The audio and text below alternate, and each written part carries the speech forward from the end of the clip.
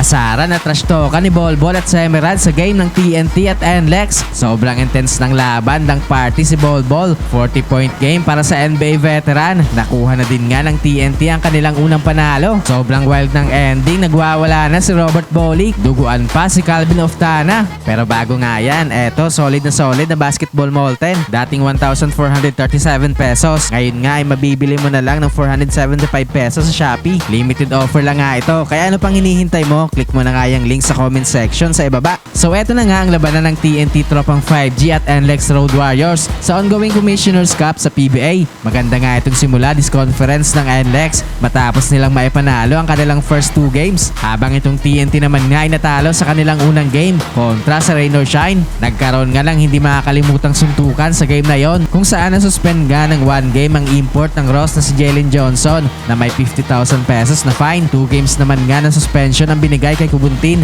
na may 70,000 pesos na fine. First quarter palitan lang nga ng baskets ng both teams sa pagsisimula ng opening frame. Nakuha nga ni Bolbol ang unang basket ng TNT sa kanyang naging elbow jumper. Pero maaga naman ngang naging agresibo sa opensa itong import ng NLEX na nagkaroon agad ng 6 early points. Biglang umarangkada nga ang opensa ng NLEX sa halfway mark. First basket ni Berto Bolick sa kanyang 3-point shot para bigyan ng 7-point lead ang kanyang kupunan. Naging pamatay sunog naman nga itong big slam dunk ni Bolbol laban sa tatlong player ng NLEX sa ilalim. Halos hindi na nga dyan tumalo ng NBA veteran. Nagbigay nga ng spark sa opensa ng TNT sa late minutes kung saan tuluyan na nga nilang naitabla ang score sa 21 points after ng first frame. Pero itong si Bolbol ay frustrated sa kanyang sarili. Binato na lang nga niya ang towel sa sahig dahil nagkaroon nga ito ng tatlong sunod-sunod na minutes papatapos ang quarter. Second quarter ay dikdikan na nga ulit ang labanan ng both teams sa first few minutes from defense to offense para sa TNT na nagsimula sa block shot ni Bolbol kay KD Lalane. Nagresulta nga yan ng basket sa kabila ni Heading.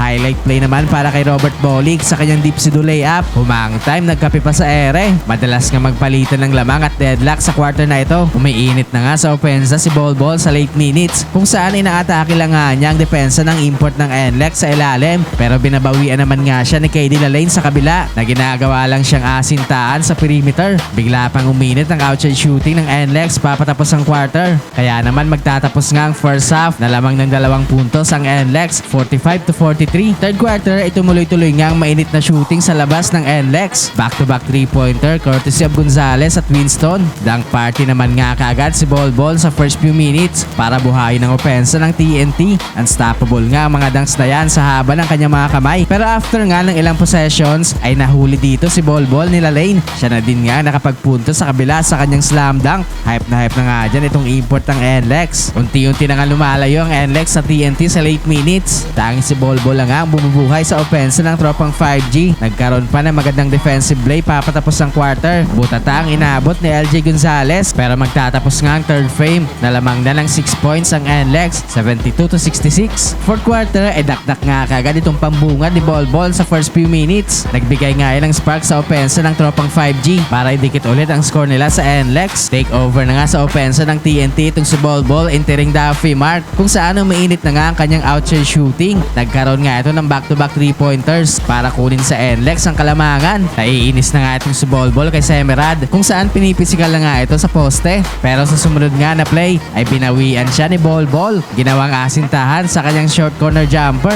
Nagkakatrash talk na nga at asaran ng 2 players after ng play na yan. Doon natawagan nga dyan ang taunting sa Semerad. Palitan na nga ng big baskets ang both teams down the stretch. Patuloy nga itong mainit na opensa ni Bolbol na nakaka 40 points na so far this game. With under 2 minutes ay nagkaroon nga ng 6 straight points ang TNT para magkaroon ng 6-point lead sa NLEX. With under 10 seconds ay nagkaroon nga ng big 4-point shot si Bolick. Pero after nga niyan ay nagwawala na itong si Bolick dahil humihingi nga siya ng foul sa mga referee. Pero duguan nga dyan si Calvin Oftana matapos matamaan ng tuhod ni Bolick. Dahil nga dyan ay natawagan ng flagrant foul itong si Bolick. Naging dagger na din nga itong 2 free throws na Oftana. Kaya naman sa huli nga ay panalo ang TNT.